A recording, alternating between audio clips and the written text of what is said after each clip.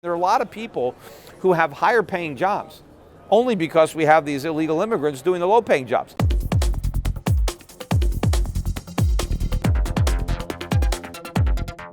Hot topic right now, situation on the border. It's in Texas, it's in California. Federal government sort of reeling, scrambling to figure out what to do about this. Everyone from Eric Garcetti, LA mayor, to Rick Perry, governor of Texas, is saying, hey, this is not our job. This is your job, Washington. How do you think this is going to play out? Well, at the end, I think it's going to be the problem is going to be in the reverse. It's going to be people trying to get out of America, not get into it. So it's going to be a different problem.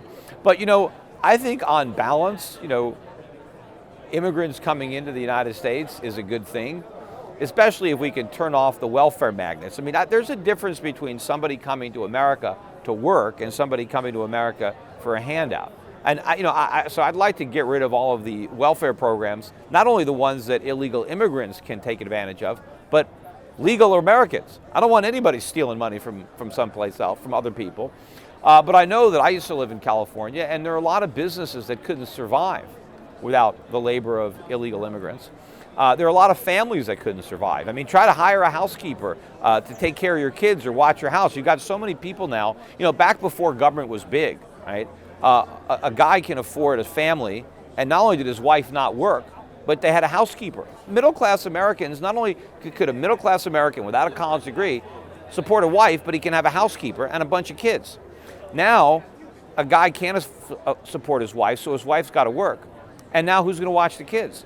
Well, you can't even hire a housekeeper because they'd rather be on welfare. So the only person that you can hire to watch your kids while you're out making money so you can pay the rent and your taxes is an illegal immigrant.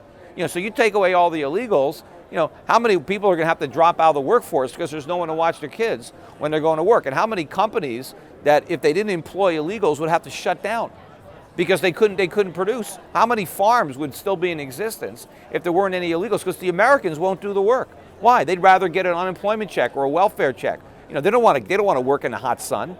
So thankfully, we got people coming in from Mexico to do that work. Otherwise, it wouldn't get done. And there are a lot of people who have higher paying jobs only because we have these illegal immigrants doing the low paying jobs. If those guys weren't there, the whole companies would go out of business and we'd have to import everything. So, people like to use illegals or immigrants as a scapegoat for a lot of economic problems. It's not their fault. These problems are homegrown, right? They're not being brought to America by the immigrants. We're doing it to ourselves, and we're doing it from Washington, D.C., not from Mexico. So this is interesting. There aren't a lot of people running around connecting the dots saying, look, why do we have all these illegal and undocumented immigrants flowing in? Big government and inflationary monetary policy. But which is the root of the evil here? What's breaking down the rule of law? Is it large government and the sort of regulatory policy? Well, there's big government. Or is it bad monetary policy? Yeah, well, it's both. And we're not the only country making mistakes. There's a lot of inflationary monetary policy south of the border.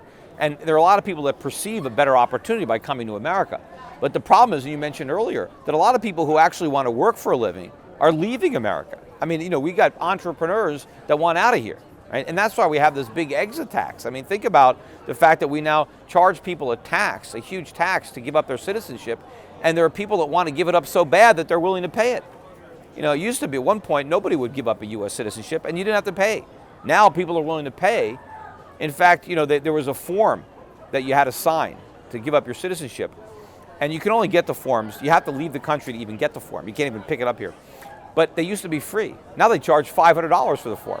Who knows what they're going to charge for that form in the future as more and more people want to get out of here. But when I ran for Senate, you mentioned that, people used to ask me about, are you in favor of building the border fence? And my answer was always, no, I don't want to build a fence around the border because I'm afraid one day it'll be used to keep Americans in, not keep the Mexicans out.